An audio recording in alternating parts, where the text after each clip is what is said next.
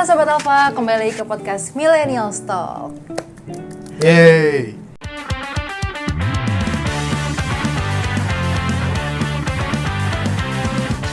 Hari ini kita kedatangan dua tamu Gen Z aku nih. Boleh perkenalkan dirinya masing-masing? Hai, aku Sharon. Gue Nugi.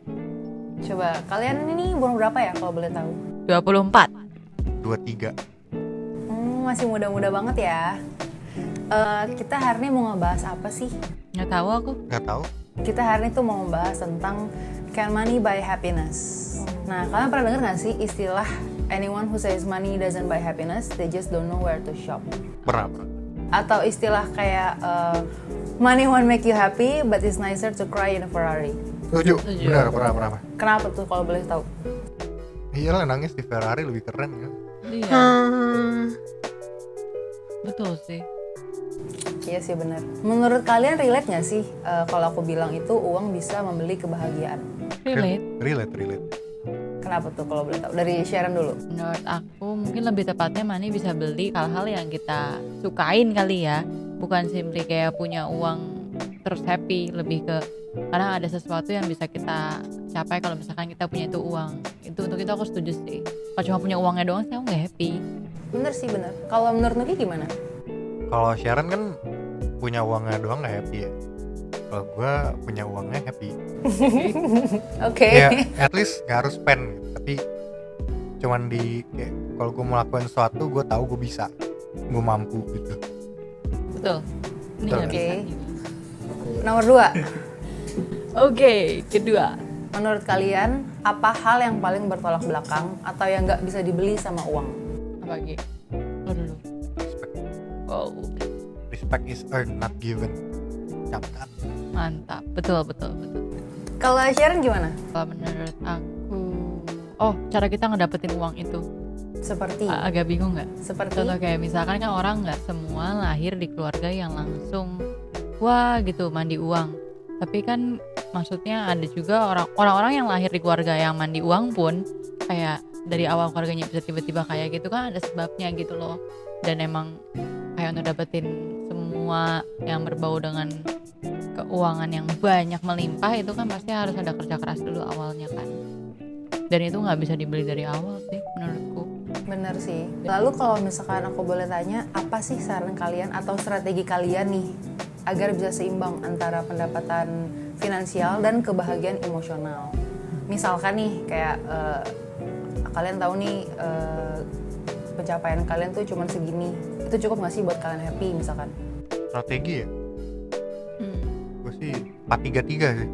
Apa tuh 4-3-3? Coba Nggak. tolong dijelaskan. Itu strategi bola ya. Jadi nggak ada strategi sih kalau buat nyimbangin hidup antara finansial sama mental health. Nggak ada. Nggak ada strategi sih. Itu lebih balik ke pribadi masing-masing nggak sih? Tapi so far lo ya balance nggak? Nggak. Oke. Karena gue sehari tidur 5 jam. Wah. Soalnya saya mengejar rupiah.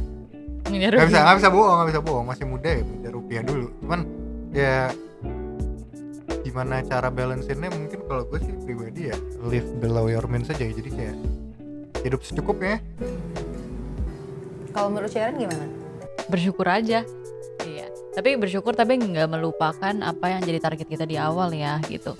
Sambil mungkin introspeksi tentang target kita. Kayak itu hal yang mungkin kita capai nggak.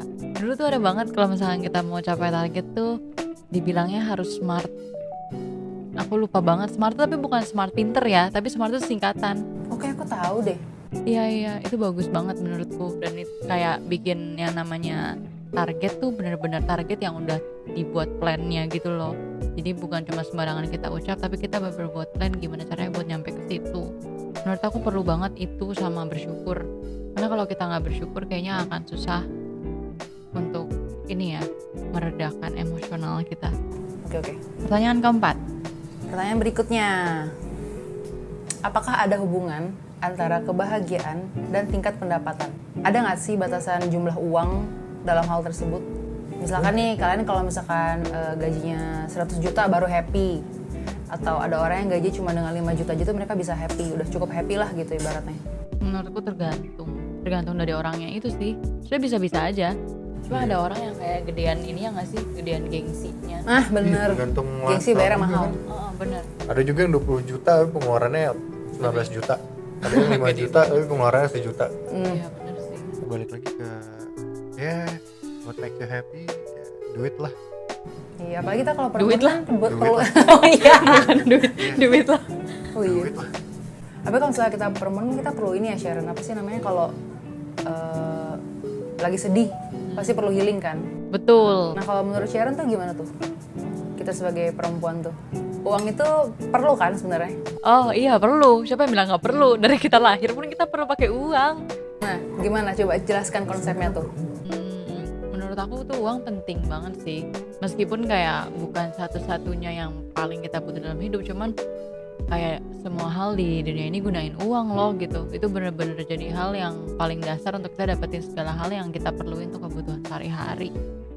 Dan menurut aku mungkin beda-beda ya. Cuman bener sih tadi yang katanya lifestyle gitu-gitu itu sangat ngaruh untuk misalkan pendapatan kita nanti per bulannya cukup atau enggak. Tapi lucunya tuh kadang ya kita misalkan kita tahu kalau secara finansial kita lebih baik daripada si A misalkan. Tapi kita ngeliat si A tuh kayak dia bisa bener-bener enjoy hidupnya dia loh gitu. Dia Iya. nggak kekurangan. Tapi kita kekurangan gitu. Itu kan berarti harus kita introspeksi diri. Dan bersyukur tadi kalau kata Iya Sharon. bener-bener. Oke, pertanyaan berikutnya nih, yang kelima. Pertanyaan yang simple tapi sebenarnya juga mungkin agak berat. Apa yang bisa membuat kalian happy atau bahagia? Kalau gue apa yang udah gue rencanain, apa yang udah gue jabarin rencana itu untuk mencapai sebuah goal itu lancar. Terus teman-teman gue happy, keluarga gue happy juga, sama bisa jalan-jalan melihat dunia yang luas ini. Oh. Itu yang bikin gue happy. Oke. Ya, sesimpel diem di rumah juga gue happy sih. Kayak main game aja tuh udah happy ya di rumah. Surga. Kalau Sharon gimana nih? Aku sama sih, aku juga kayak gitu. Aku ngerasa tuh kayaknya aku bisa happy di saat emosional aku tuh stabil sejujurnya. Tapi aku ngerasa di saat aku kayak mentalnya lagi oke tuh aku nggak overthinking, nggak ngerasa worry sama aduh nanti ini gimana ya, kalau kayak gini nanti nggak cukup gimana ya gitu. Hati yang bahagia adalah obat. Bener-bener. Mindset lagi. Iya, kalau Mindset. mindsetnya sehat sih oke Iya. semuanya. Mindset. Balik ke mindset. Jadi kesimpulannya kalian setuju kan kalau misalkan itu uang tuh kita perlu untuk memenuhi kebutuhan hidup kita supaya kita bahagia. Setuju. Kalau tadi jawaban Nugi kan dia pengen jalan-jalan, pengen itu kan butuh apa? Uang. Nah itu dia. Tapi menurut kalian kalau misalkan nanti kalian di masa tua nanti tuh kalian akan happy nggak dengan uang aja? Enggak dong. Kayak kita udah capek ngumpulinnya pasti kita Iya. mau nyari ya biasa ke orang tua harusnya udah nggak mikirin uang lah ya. Iya benar. Jadi oke lah ya kalau beberapa hal yang biasa kita beli ini nih dengan uang itu bisa bikin kita bahagia. Tapi ada yang mesti kita beli juga nih selain hal-hal tersebut. Nah investasi itu juga salah satu cara untuk kita bisa membeli kebahagiaan kita terutama di masa tua kita nanti. So jadi senang-senang sekarang tuh boleh-boleh aja asalkan kita sudah menyiapkan untuk masa tua kita nanti. Nah terima kasih untuk Sharon sama Nugi udah datang pada hari ini menyempatkan waktunya untuk sharing tentang money can buy Happiness. Yes. Oke, untuk Sobat Alpha jangan lupa untuk like Komen. And subscribe. and see you on another episode. Yeay. Bye-bye. Jangan lupa nonton video-video sebelumnya di Millennial Talk. Betul. Dadah. Ke situ. Bye bye.